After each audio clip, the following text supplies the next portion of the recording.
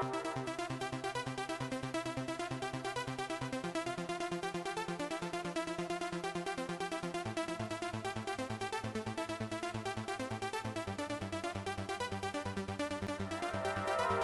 episode 59 of the Hodgepodge podcast. I'm your host, Doug. I'm Dirty A. As the name suggests, we're going to talk about a hodgepodge of topics from movies, music, TV, and other pop culture events. And on this episode, we'll be discussing a slew of movies, including The Imitation Game, Unbroken, and Tim Burton's Big Eyes.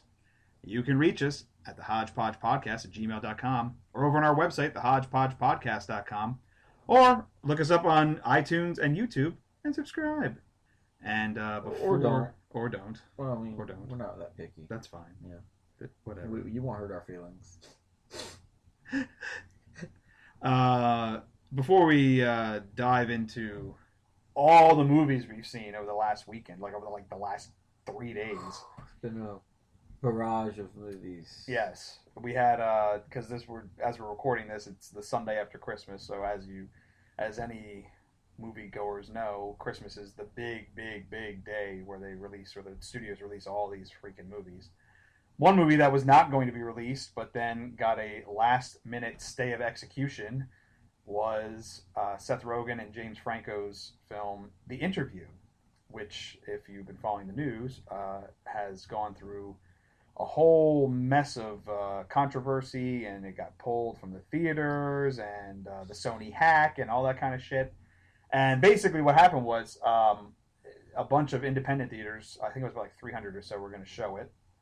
And then Sony brokered a deal with Google and Microsoft. But was it Sony too? I think it was... No, well, Sony... it is Sony. Yeah. Okay, Yeah. I forgot that. Durr. Yes. Durr. I'm tired. Shut up. I just got off work.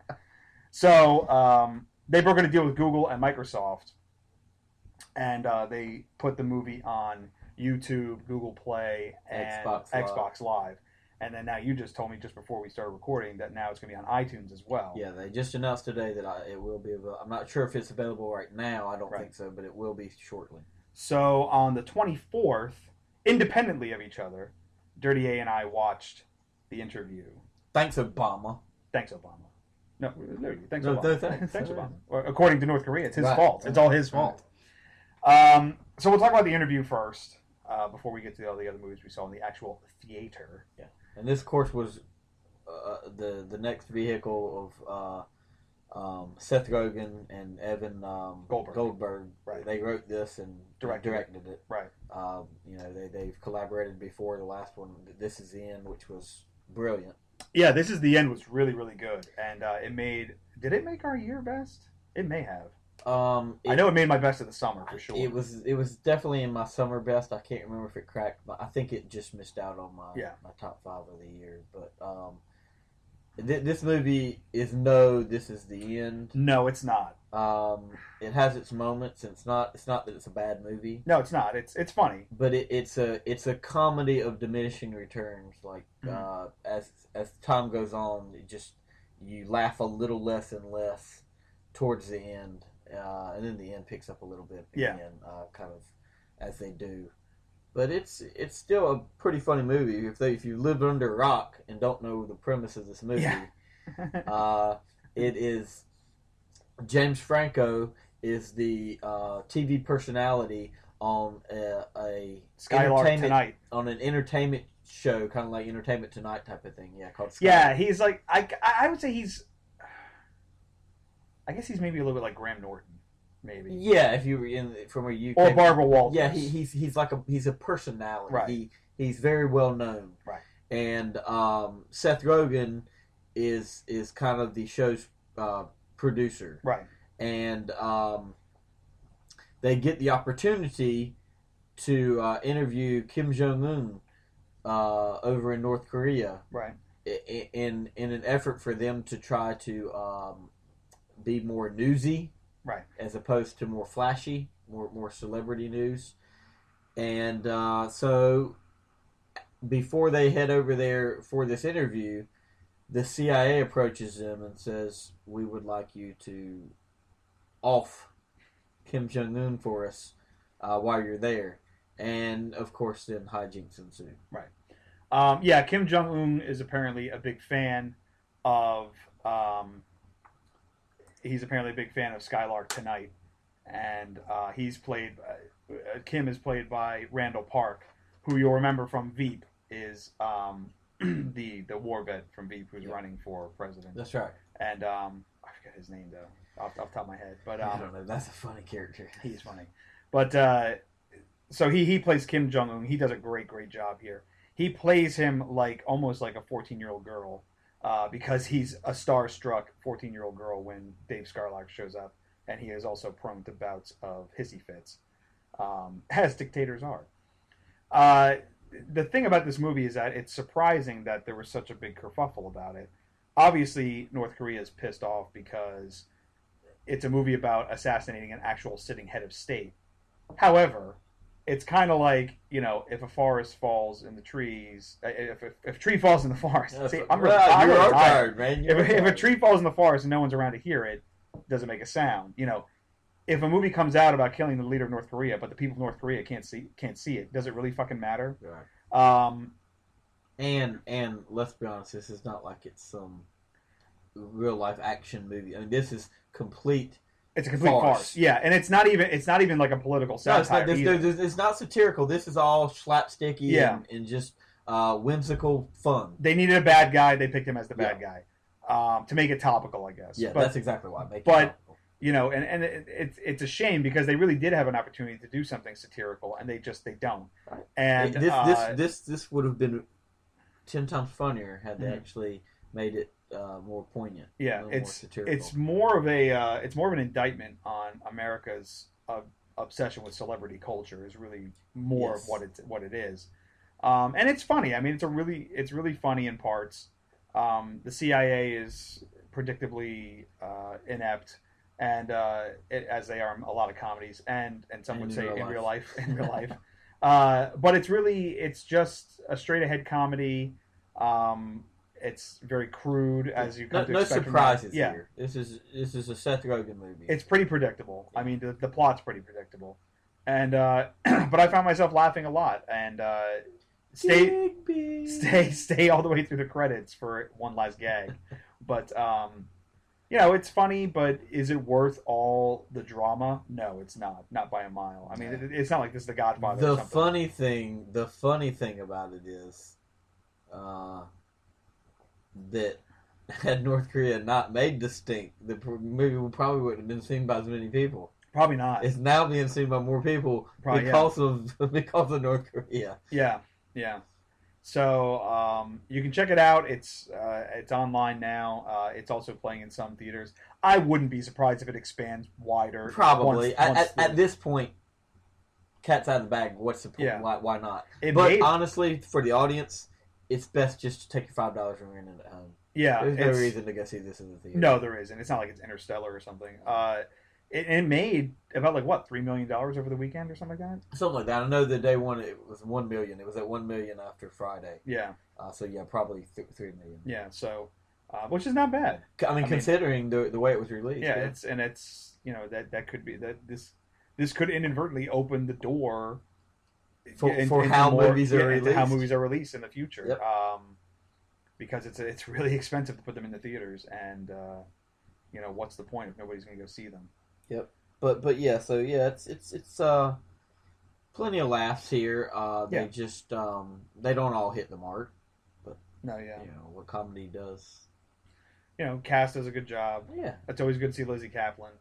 It's always good to see Lizzie but she's not getting nearly as meaty a role in this as she gets in Masters of Sex. Diana Bang, we have to mention her. She plays the North Korean communications person, I guess, who Seth Rogen falls in love with. And she's really good. But it's a good job by everybody. What's his face? I always forget the guy's name, but Jonah from Veep, he's in this. Yeah, I never remember his actual name. He's just Jonah. He's just Jonah. The Jelly Green Fucktard, or whatever his name is. Fuckface. Jelly Green Fuckface. But yeah, so check it out. I mean, it's $6 online to check it out. It's a safe movie. I mean, given the context, it's actually rather safe. It is, yeah. So check it out. It's pretty funny. You'll laugh. But if their comedies are not your thing, by all means, do not check it out. Yeah, because you will not like this. It's not. This is not some. It's not like they're straying from their material. Yeah, they're not. This is right in the wheelhouse here. Mm-hmm. So let's move on from the interview and let's talk about what I think for both of us is now the front runner, I would say, for best movie of the year. Absolutely. Imitation Game. Yeah, Imitation Game. This is Benedict Cumberbatch plays Alan Turing, who was essentially the father of the computer. He was a mathematician in England during World War II, and he was hired by the British government along with some other cryptologists and mathematicians and stuff like that to try and crack what they believe to be uncrackable German code called Enigma, the Enigma machine. And essentially what happened was Turing basically built like one of the first computers and cracked the code, and it basically helped win the war for the Allies in World War II. The one problem with Turing, though, is besides being just an odd duck in general, he was also a homosexual, which was illegal in Britain at the time, and things don't go well for him after the war. Yeah. And the movie. Now that is just kind of a subplot. Yeah, it is. It is. Yeah, it's a very poignant and great subplot. Yeah, but the main focus of this film is the history. Is the historical documentation of breaking this code. It was based on a book by Andrew Hodges, screenplay was by Graham Moore, and directed by Morton Tildum. Don't be surprised if you hear his name again. Yeah, he'll probably be nominated for best director. He'll for sure he gets nominated. Yeah. That's also going to be kind of a heavy field to win in this year. But you've also got Keira Knightley's in this. She is really great. Fantastic job. And Matthew Good is also in it. You'll remember him from Watchmen. Yeah, he was good. Some other stuff. Charles Dance from Game of Thrones. He was really Matthew Good was good. Charles Dance from Game of Thrones. Tywin Lannister is in this as an admiral. He's a commander, admiral commander. And, Son of Noopsy? Yeah, Son of Noopsy. And also Mark Strong is in this, and he plays a MI6 agent. Yeah, he's good. He's really good. He's a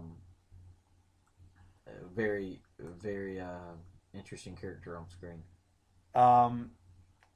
The story is, So this takes place outside of some flashbacks. Right. The time period is basically like 1939 to 1942, 43. Right. It's the time frame from when the British military pulls Turing in to work on this project with another team of crackpot geniuses, if you will. Yeah. But they're all much more well adjusted than he is. Yeah, he is completely antisocial.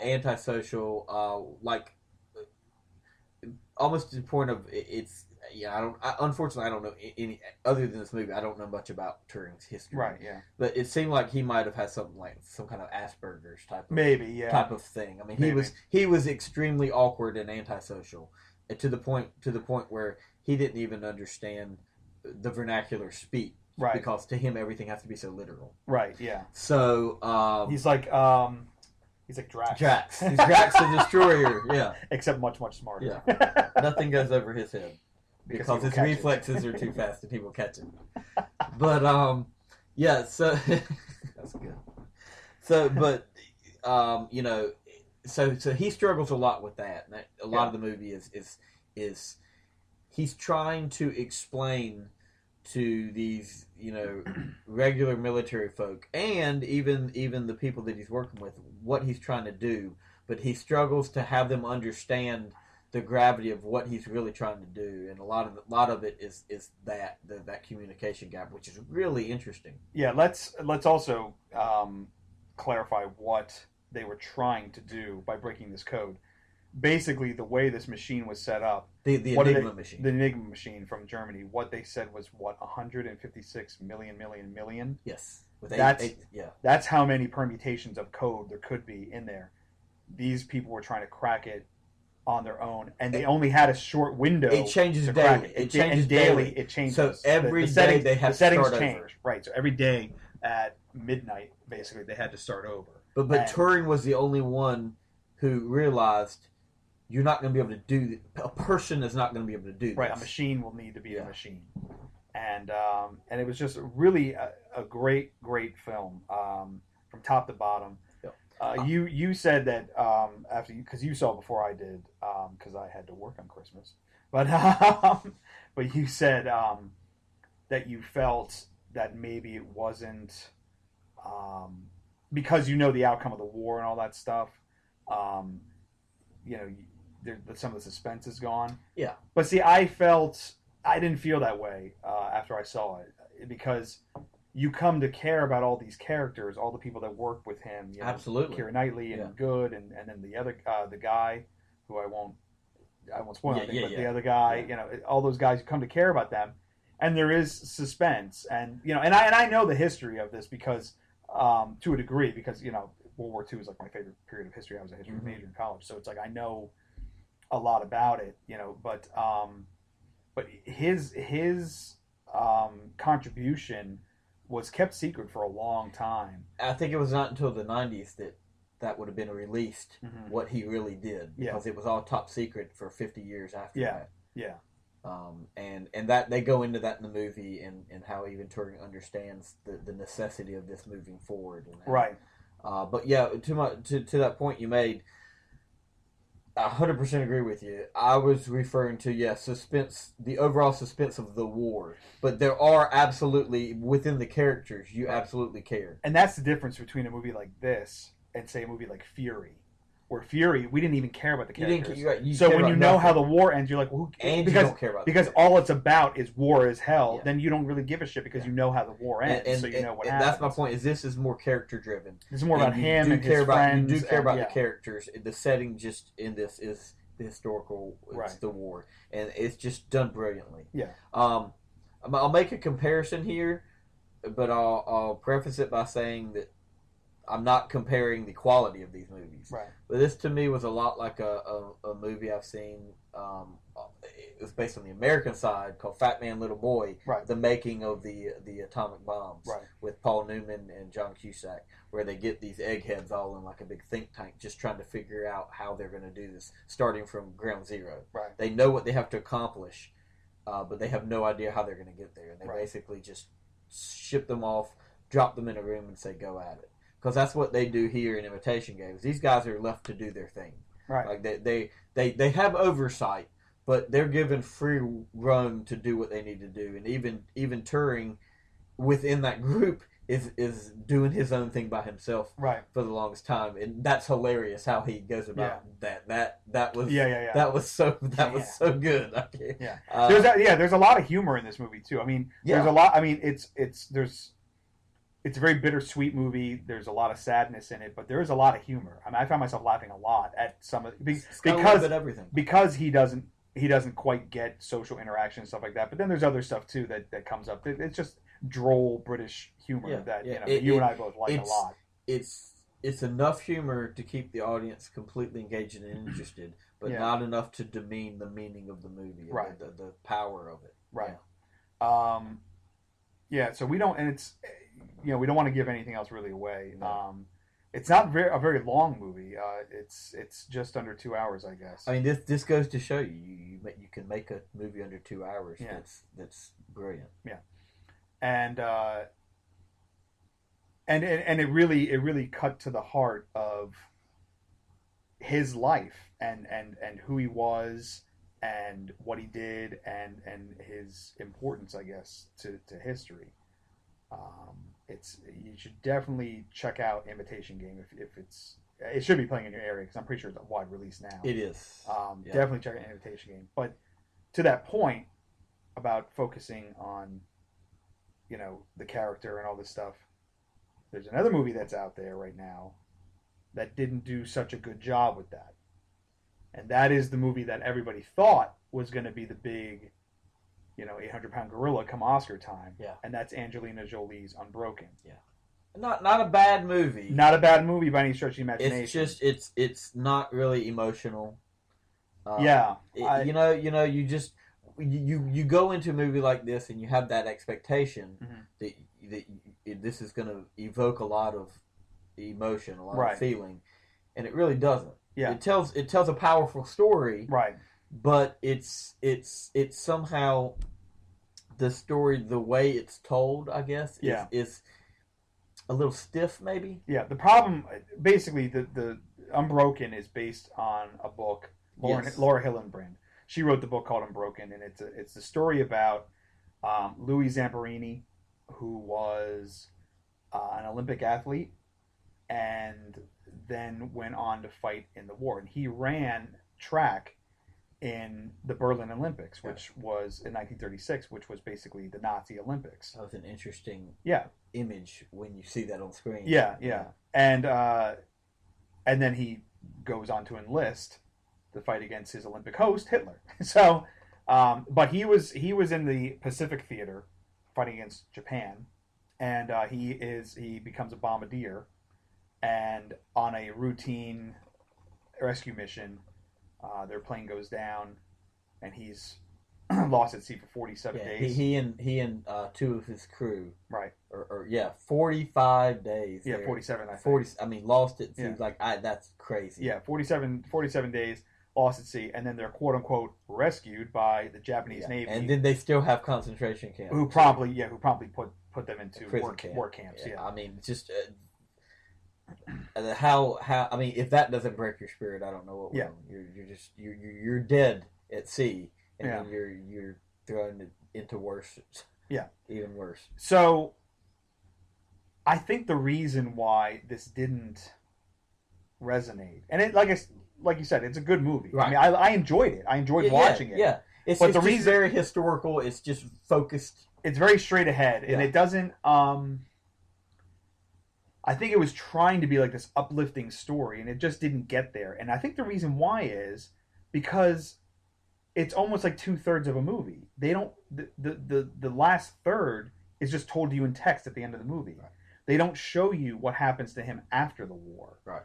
And after the war, he became very religious, and he actually forgave his captors. Yeah, he went back over there, right, and met a lot of them. Yeah, and I think if they had shown that would have that would be powerful. That would have been very powerful. Imagery, yeah. But this, it's really the reason why it's an interesting story is because of who he was before the war.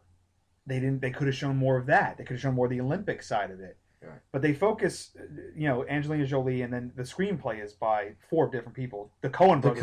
I had no idea that they were involved. And they really just focus on his time when he's lost at sea, and the prison camps. And the and we've seen that movie before. Yeah, basically many times. And that's not to take away from what really happened by no, yeah, it's incredible. It is an incredible story. We're strictly just talking the technical aspects of the movie here. Mm-hmm. The story itself from a historical standpoint is just amazing. I think, I think one of the things that I thought was a little odd was, like you mentioned, that back end that they kind of left off. Mm-hmm.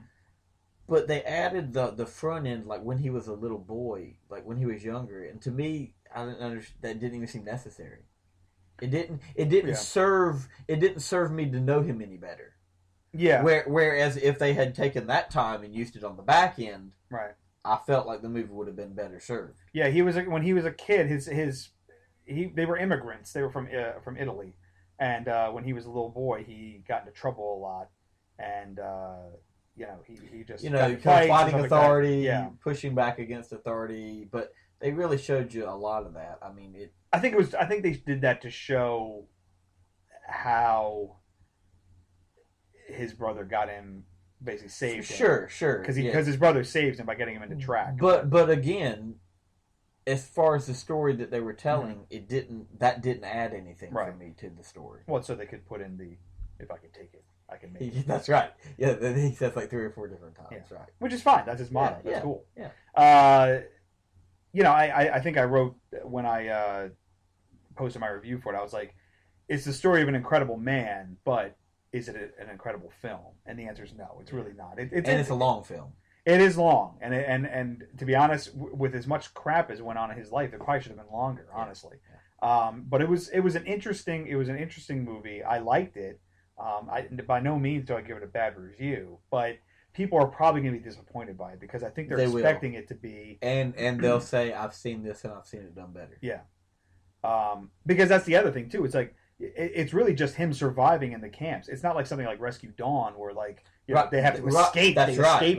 So it's like that's very thrilling and suspenseful. Whereas this one, this is watching I get beat up. You don't really get the suspense because they're not trying to do anything. It's just them. Well, this is our state in life here, and which again, anyone that's the way it is. You're not that like Rescue Dawn. I know is also that's true story, but that's rare. But the cast does a good job. Domhnall Gleeson was really good. Yeah, Domhnall Gleeson's in it. He plays the pilot of the plane that goes down. Jack O'Connell plays Louis Zamperini. He's a relative newcomer. And he's getting a lot of good press for another movie that's coming out soon, 71. Which I'm interested to see. But he does a really good job here. He does really good. And, Roger Deakins was a cinematographer on this. And Angelina Jolie does a good job, I felt, with the direction. The composition of shots, everything, the action was well paced.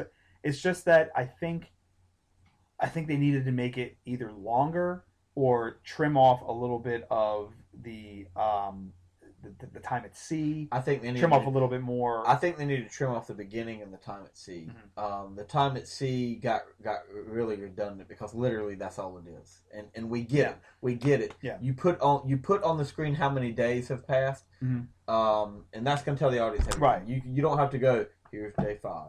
Yeah. Here's day 12. Yeah. Just say, okay, 47 days at sea. We got it. Yeah. Spend 5 minutes on that. Right. Yeah.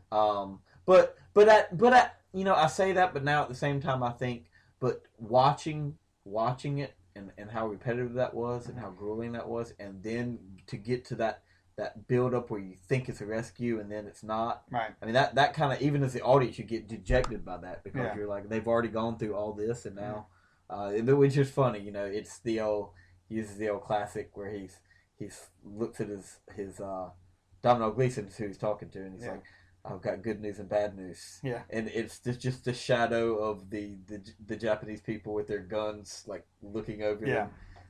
It's pretty powerful. But who was the guy that played the bird? Who was their captor, their main captor? I can't pronounce his name. Takamasa Ishuhari. He was really good. Yeah, he was all right. I liked him. Yeah. He was just... he was the head of the war prison, the prison camp, and he was just hardcore. I mean, no mercy. Yeah. And I wish they had showed. Again, that's one of the things they mentioned at the end, right? And I'd like more of that follow up on the screen. Yeah. Oh yeah, for sure. They do some of that. And in a better way, in a movie that came out earlier this year called The Railway Man. I didn't see that with Colin Firth, right? And it's similar story, isn't it? Sort of, yeah. So he's an ex-prisoner of war who from World War II, right? Yes, yeah. And he was held prisoner by the Japanese, right? And it's the story focus is more present day though, right? And it focuses more on it's a redemption story where he has to find forgiveness, but he wants to get revenge first, doesn't he? Yeah, because he finds out that there's one of these guys still alive, right? And so he confronts him, but there are some parallels, right? But even that movie, because it's got this on screen, this redemption. Right, as opposed to just basically reading it. Yeah. It is a little disheartening when you watch 2 hours and 20 minutes of a movie and then get a lot of text on screen to explain stuff. Yeah.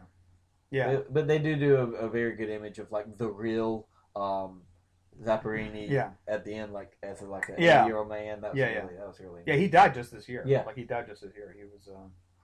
So this is not a bad movie at all. No, yeah. But like you, I get the feeling that a lot of the audience will be disappointed by it because it's not the Yeah. Oscar Best Picture. This will not. I don't think this isn't going to get nominated. I don't. It could sneak in. It could sneak in. Well, yeah, they do give because they do like up to 10. So it could. Yeah, you're right. It might, but it will not win. No, no chance this wins. No. But for Angelina Jolie, a very noble effort. Yeah.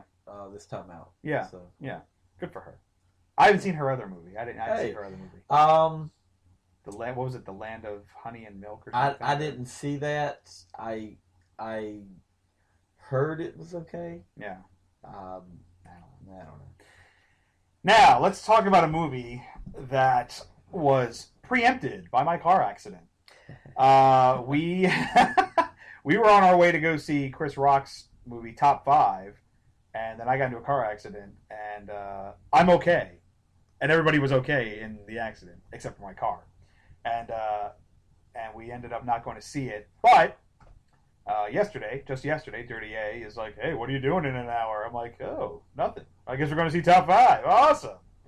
And it's a good thing we did. And it's a good thing we did because I can say without question, this is Chris Rock's best movie that he's done himself. Right. He wrote this movie. Yeah, he wrote and directed this movie. Right. He's done other stuff like that for like, the one at the head of state where he becomes the president. I never saw kind of fluffy movie. I never saw Good Hair. I never saw that, but that was more of like a documentary. That's more a documentary. It's good, but it's a documentary. That's not really a quote unquote movie. This is basically Chris Rock plays Andre Allen, who is a comedian and actor and a recovering alcoholic. Hey, me. Yeah, hey, Hammy. And he gained fame as a stand-up comic, and then he was Hammy the Bear in 3 Hammy the Bear movies, which is basically like a Lethal Weapon. He's a talking bear cop. He's a talking bear cop, which it's like Lethal Weapon, and it's Hammy the Bear and Luis Guzman. And I wish he had. Luis Guzman should have been in this more. I wish he'd been more. He should have showed up at the bachelor party or something hey, like that. You know what I mean? And basically, what was the tagline in the movie when they're like, "Let's get hammy" or something like that? Yeah. And as Dirty A was alluding to, basically throughout the whole movie, anytime Andre Allen is out in public, you'll hear somebody off screen going, "Hey, Hammy! Hey, Hammy!" But real subtle. Yeah, real subtle. Like at first, it's like you heard a lot, but then if you just pick up on this very subtle, "Hey, Hammy!" you just laugh. Every single time he steps out onto the street. So he is, like I said, he's a recovering alcoholic, and he's trying to become a more serious actor, which is the route that like Jim Carrey took, and even Eddie Murphy, I guess, to a little degree. Well, yeah, but I mean, in this, he takes it that step further. He basically at this point he swears off comedy. Yeah. He's like, I'm not going to do it anymore. And he agrees to do. He's promoting this movie, which is kind of like a 12 Years a Slave type movie. The Haitian 12 Years a Slave. Yeah, the Haitian 12 Years a Slave, and he agrees to an interview with the New York Times, and the reporter is played by Rosario Dawson. He is also getting married to a reality TV star. That's her claim to fame. And she's played by Gabrielle Union. And so pretty. Yeah, she is. So is Rosario Dawson. So that's true. Yeah. And so he's and that is going to be. This takes place over the course of a day, I guess. This film, right? And the wedding is going to be that weekend, and he's in New York promoting his movie. The wedding's going to be in L.A., and she's a reality star on Bravo, and they are filming him and following him, and they're telling him when he has to be at his own bachelor party and where he has to be and all this kind of stuff, and it's kind of grating on him a little bit. And there are so many that guys in this movie. You've got J.B. Smoove from Curb Your Enthusiasm. Love that guy. Romani Malco's in this, and you'll remember him from 40-Year-Old Virgin. Mm-hmm. You've got Tracy Morgan's in this. He Very pops bit up. part. Yeah. Anders Holm, who's from Workaholics on Comedy Central, he's in this. Cedric the Entertainer shows up in a hilarious role. So good. He was hilarious. He's a motherfucking man. He's a motherfucking man. New Saturday Night Live cast members or member. Yeah, Michael Che is in this. Jay Farrow. What's I forget her name. Gosh, I hate myself for not knowing. But yeah. So you have some new SNL cast members in there. Sherry Shepherd is in here. Leslie Jones. Yeah, Leslie Jones. Ben Vereen shows up in this. Yeah. Just Bruce got.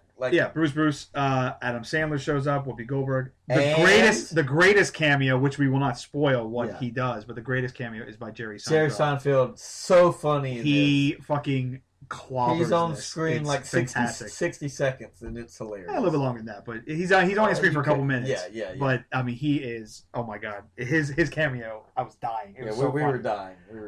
Of course, the funny part is like we were the only ones dying.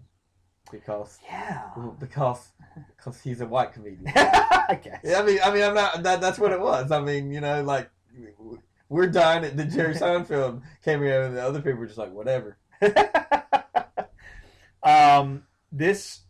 So in this movie, it is a comedy, but it's also kind of like a dramedy because there is some serious content in this. It's some serious stuff they talk about, and. I read some reviews that were complaining that it felt like Chris Rock was doing stand up the whole time in it, and there is talking to some friends that said that. Yeah, and there is that angle a little bit, but I thought it was a solid movie. I thought it was fantastic. Okay, first of all, he's playing a stand up comedian, right? He's playing. So guess what? They're gonna riff. They do riff. That's what they do. That's how they became who they are. Right. So it's very organic in that way. Right. And second of all, a story is being told here. Yeah. And it is formed around a plot, so for me it works. Yeah. I didn't feel it was as forced as I was told it might have been. Yeah. The bits in it. Yeah, no, I thought it was fine. And I was just laughing throughout. There were so many funny funny visual things, so many just funny jokes. I was so surprised at this movie. I half expected to like it, but I did not expect to like it this much. I'm just thinking about when he was in prison. Which time? The second scene with the. Oh yeah. Did you saw that coming, right? Like I didn't know who it was going to be. Oh no! I knew he was it because they're in the commercial. They say DMX. What are you doing here? I didn't know that. See, I knew because they were panning around so slowly. I knew it was going to be a fantastic cameo. Right. But yeah, so he usually DMX is in the prison with him, like in the cell across the hall. Scene is hilarious. What was it? What did he say? I live in this motherfucker. No, don't ruin it. But it's smile, motherfucker. It was just I live in this motherfucker. It's just a really, really funny movie. It was really, really good. Yeah, Rosario Dawson's great in this. Chris Rock was really good. Like you pointed out, Sandler was on screen 30 seconds. He's the funniest he's been in. Who doesn't? It was the best work Sandler's done in like 15 years. Chris Rock, I've never really been impressed with him as an actor. I love him as a comedian, but as an actor, I love Chris Rock. But as an actor, I've always been like, but in a role like this where he's basically playing Chris Rock, it works. Yeah. It works. But I didn't like him in those other movies like Head of State, and then there was some other stuff that he did. That's just fluff. That's just I know. But I'm not talking. It's Head of State. Head of State's not as bad as Grown Ups, right. But that he's just doing like, hey, Adam Sandler, thanks for the $5 million. I'll take this money now. Thanks. Right. But this was really, really, really good. Seek out top 5 if you can. It's and the top 5 basically what that title means. It refers to your 5 favorite musical artists. Yeah, so throughout the movie they have generally it's rappers. Yes. Generally it's rappers. They have the ongoing thing where he's asking people or having conversation with people. What are your top 5 musical acts? Right. Generally in this scenario it's rappers or hip hop artists. But that's been done high fidelity. Yeah. That was the only thing that kind of struck me as weird is like calling the movie top 5 just to use that trope in there. It didn't. I didn't quite understand the correlation of the story to using that in your top 5. You know what I mean? The story itself. I don't. There's nothing to harp on that about it. Just that to me, I didn't quite understand the use of that. I don't know. Yeah. Right. Yeah. You know, it doesn't fit with the. I mean, I think it was just something that connected them and stuff like that. That connected the characters and stuff like that. Yeah. But I don't want to spoil anything. But they're sort of, because no matter what stage they were, socioeconomically or whatever, they always had that commonality to discuss what's your top 5 favorite artists. But I was also thinking in regards to one character, the top 5. I don't want to spoil it. I don't want to spoil it. We'll talk off the podcast. But anyway, a really, really good movie. Really liked it a lot. Yeah. It was really, really worth the money to go see it. I have. It won't make my top 5, but it won't make my top 5, but it's one of the better movies this year. For sure, this is up there. Probably. I mean, I'm finding it hard. Well, not aside from Grand Budapest Hotel, I'd say this is probably the best comedy of the year. Yeah. No, I didn't mean to. I was just trying to make a little joke. This clearly is a very funny movie and one of the better movies of the year. Whether it would crack my top 10 of the year, I'm not sure yet. I can't even. It could. I can't think, but it's possible. I'm thinking this is really funny. I'm thinking of how I'm grading this and the other movies I've graded this year, and we talked about it before. See, it's easier for you because you. Yeah, because I do the reviews. I grade them. I just go by feel, man. I just go by pure feel. Well, so do I. I mean, I could see Guardians of the Galaxy sneaking in above this, even though I'm probably going to grade this a little bit higher than that. Because that's just fucking fantastic. It's a good movie. It's a lot of fun. This one is. We don't want to sell it short. See it. Yeah, really definitely see top 5. Yeah. Put this in your top 5 movies to see. Now it is Chris Rock. It's crude. So it earns its R rating. Be mindful of that. Be mindful of that when you see it. But Houston, hope you like your hot sauce. Oh. Anyway, see top 5. Go see top 5. Before we get to our last movie that we both saw, why don't you give us a little taste of a movie you saw by yourself this weekend? A little movie. Say hi to your mother. Yeah. Okay. So on my own, I saw. Me and a friend, just not with Doug. I saw The Gambler with Mark Wahlberg, and this movie is getting some pretty decent reviews. But I'm here to tell you that this movie is a shit stick. It's really not good.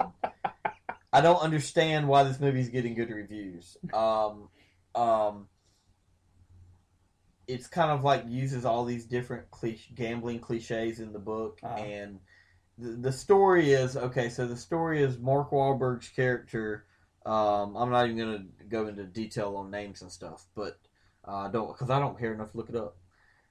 He plays a college professor, associate professor, who comes from a very affluent family. However, he is also quite the gambler in like the New York scene of maybe it's L.A. I don't know, of the scene of like deep in the dredges. Very very risky gambling, backroom type of things, and he's lost a lot of money. And the problem with this is that he loses all this money. And when I say losing money and it says the gambler, because we're not talking about just going in there and being smart. Like, you think he's supposed to be so smart. No, we're talking about he just takes like $100,000, just like, put it all on black.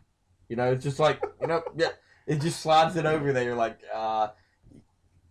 no one would do the things he does. And then these loan sharks keep loaning him more money.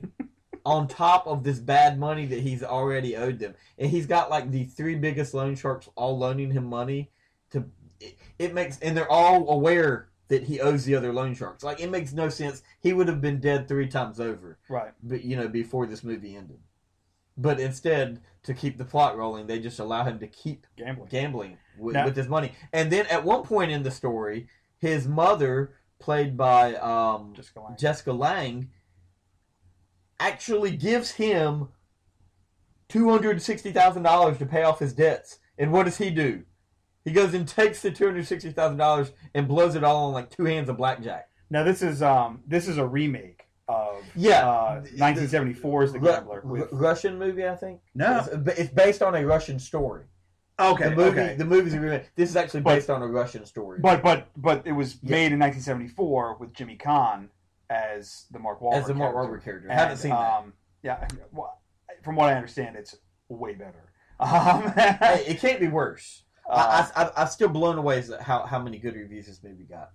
By the end of this movie, the only way this movie works is if you somehow care about Mark Wahlberg's character. Yeah. You do not. By the end of this movie, you just want him dead. Does Brie Larson at least get naked? No. And she's hardly in it. Like, she's hardly in it. But yeah, so you don't care about his character. By the end of it, you're just like, oh, fucking kill him. That would be like a better movie. Just let him die, man. That would be great because he deserves it. Like, why does this guy deserve a happy life? He's literally got everything. He's got everything. He's smart.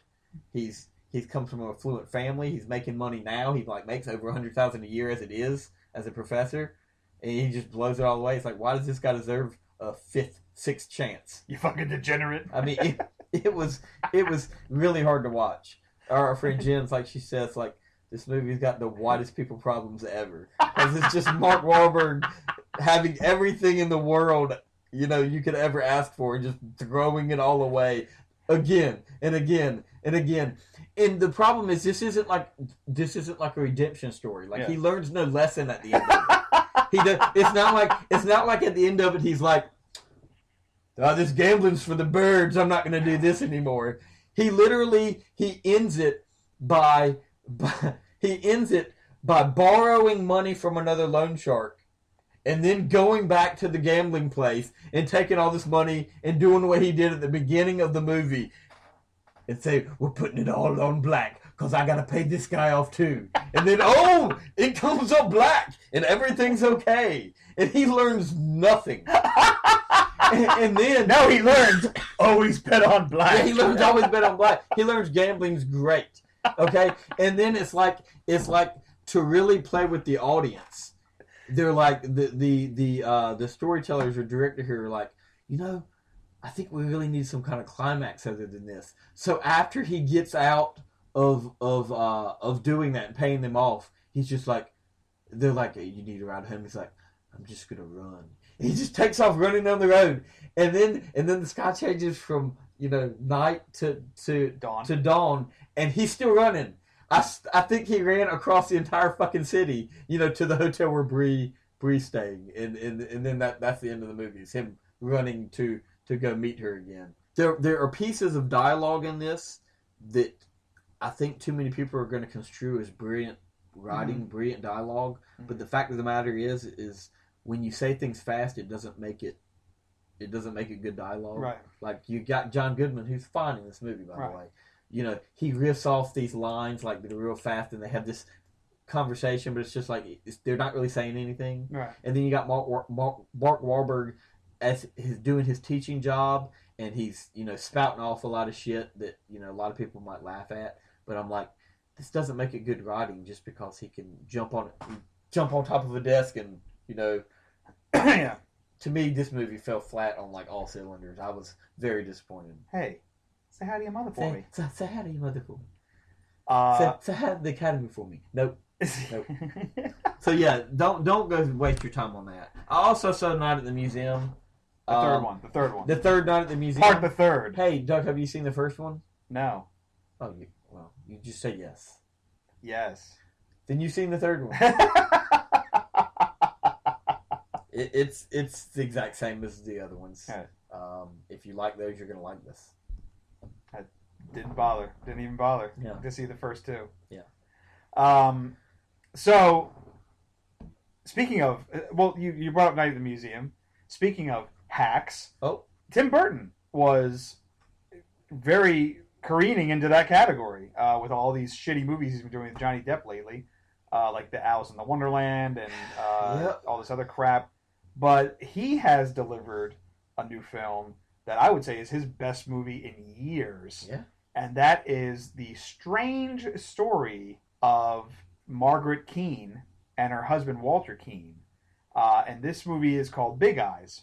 Which is, I would say it's, Tim Burton back to form, but this is a little different for him. It is. Well, because it's a realistic story, correct. too. I mean, it's a real life story. You do see glimpses of him in this movie. Oh, sure. But yeah, this is, even for him, a different kind of movie. Danny Houston he plays a reporter in this, and basically he says right off the top, it's based on a true story, and he says right off the top, this story's so crazy, if it wasn't true, you wouldn't believe it. And it's the truth.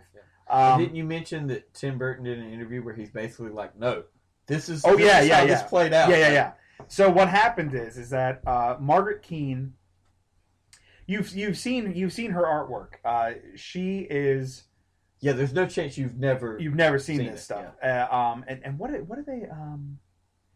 they call them now? Those figurines that kind of look like Precious them. Moments. Is that it? Is that them? Maybe. Yeah, with the kids with the big eyes. So basically, this is set in the late 50s, early 60s, and Margaret Keane was a struggling single mother who left her husband, and she tries to start a new life in San Francisco. And she takes her daughter with her, and she's an artist, and she comes into contact with another artist named Walter Keane, and he paints landscapes. Well, not landscapes, but cityscapes, like city streets and stuff like that.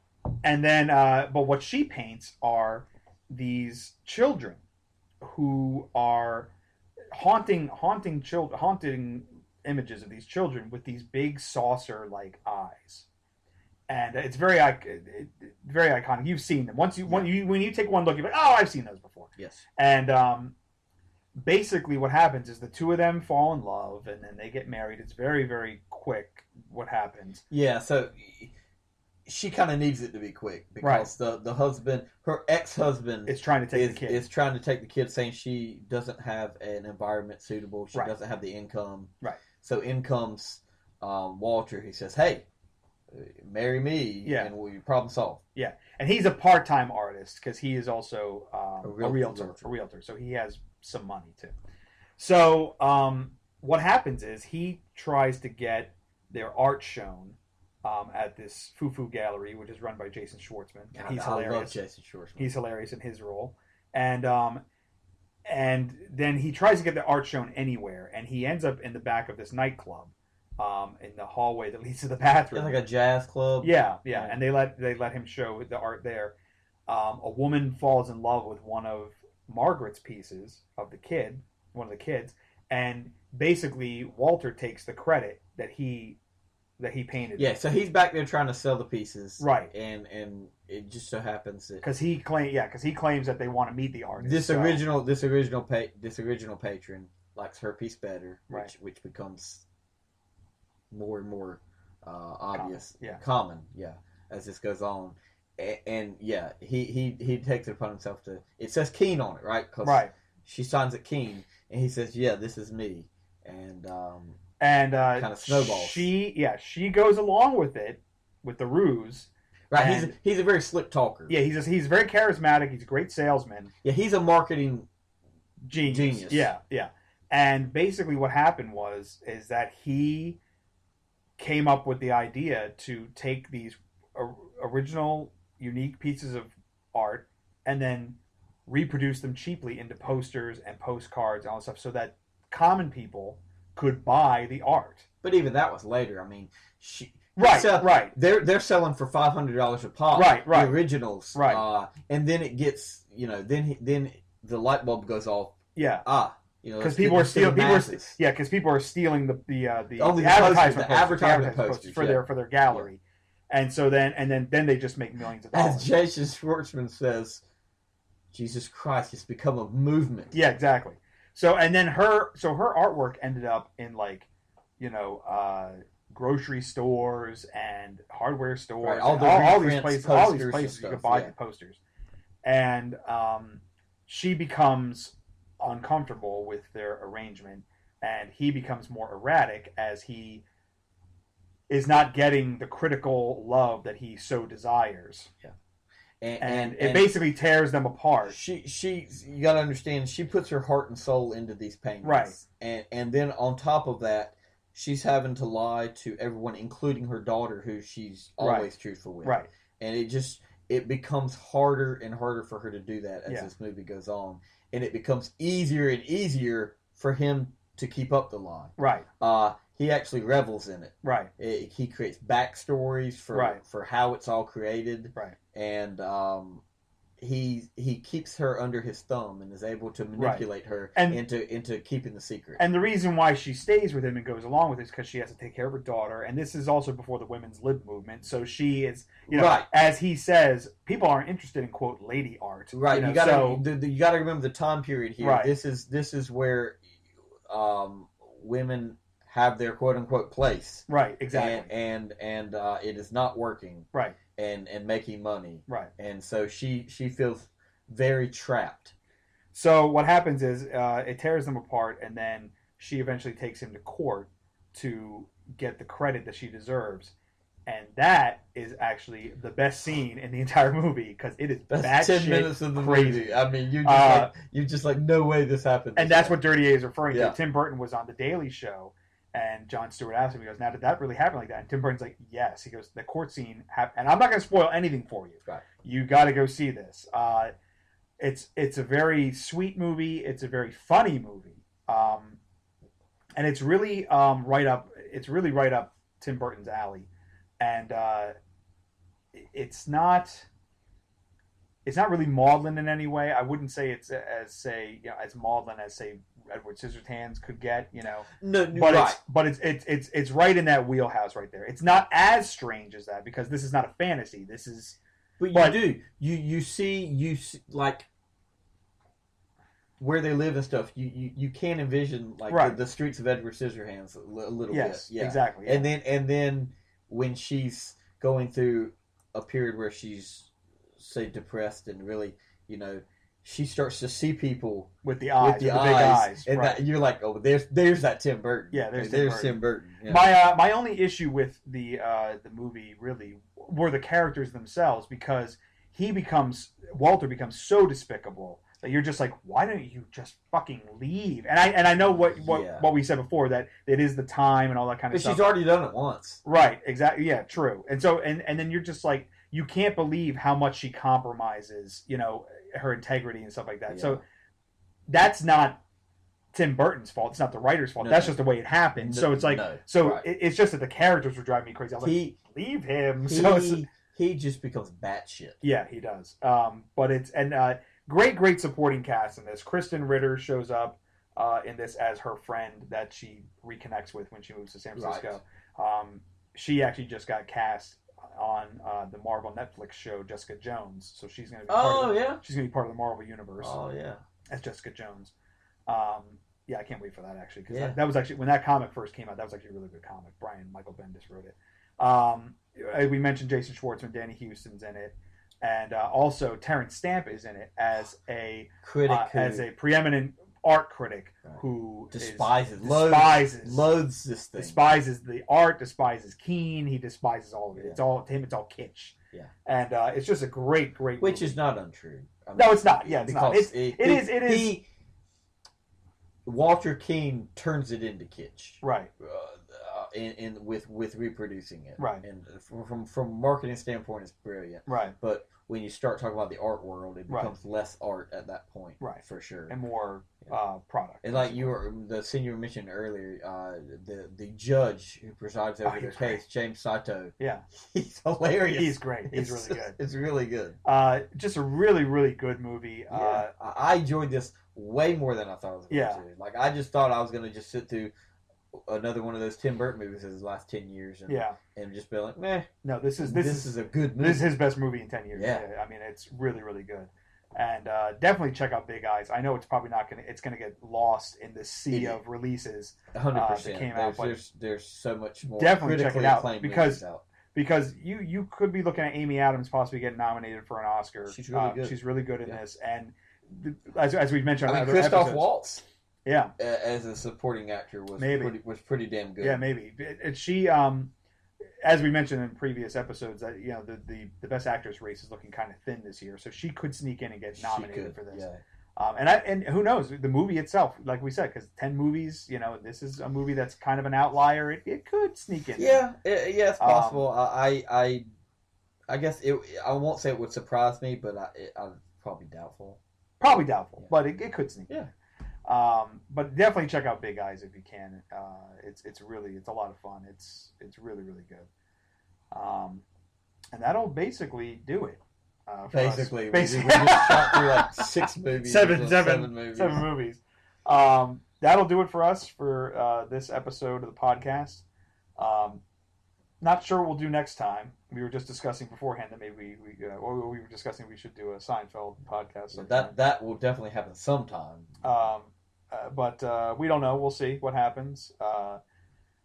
But coming up soon, we will soon be seeing Inherent Vice, finally. That comes out on the 9th. Inherent Vice. Selma comes out that same weekend. Next weekend is American Sniper coming up. And then Black Hat. Black Hat. Michael Mann's new movie. Which this last trailer that they recut, the Deuce trailer, looks a lot better than the original trailer. The original one, yeah. And of course, we can't forget Taken 3 is coming out. Right. And Paddington. Oh, God, that movie looks awful. That looks all kinds of awful. I mean, when Colin Firth refuses to even do the voice for it, he's like, no, take my voice out of this. That's a problem. That is a problem. But yeah, that'll do it. Or maybe we'll even do a preview for 2015. That would be something we could do as well. Yeah. There's a lot of great movies that are coming out next year. Jupiter Ascending. So anyway, that'll do it for episode 59. It's in the books, and we will see you next time. Thanks for listening.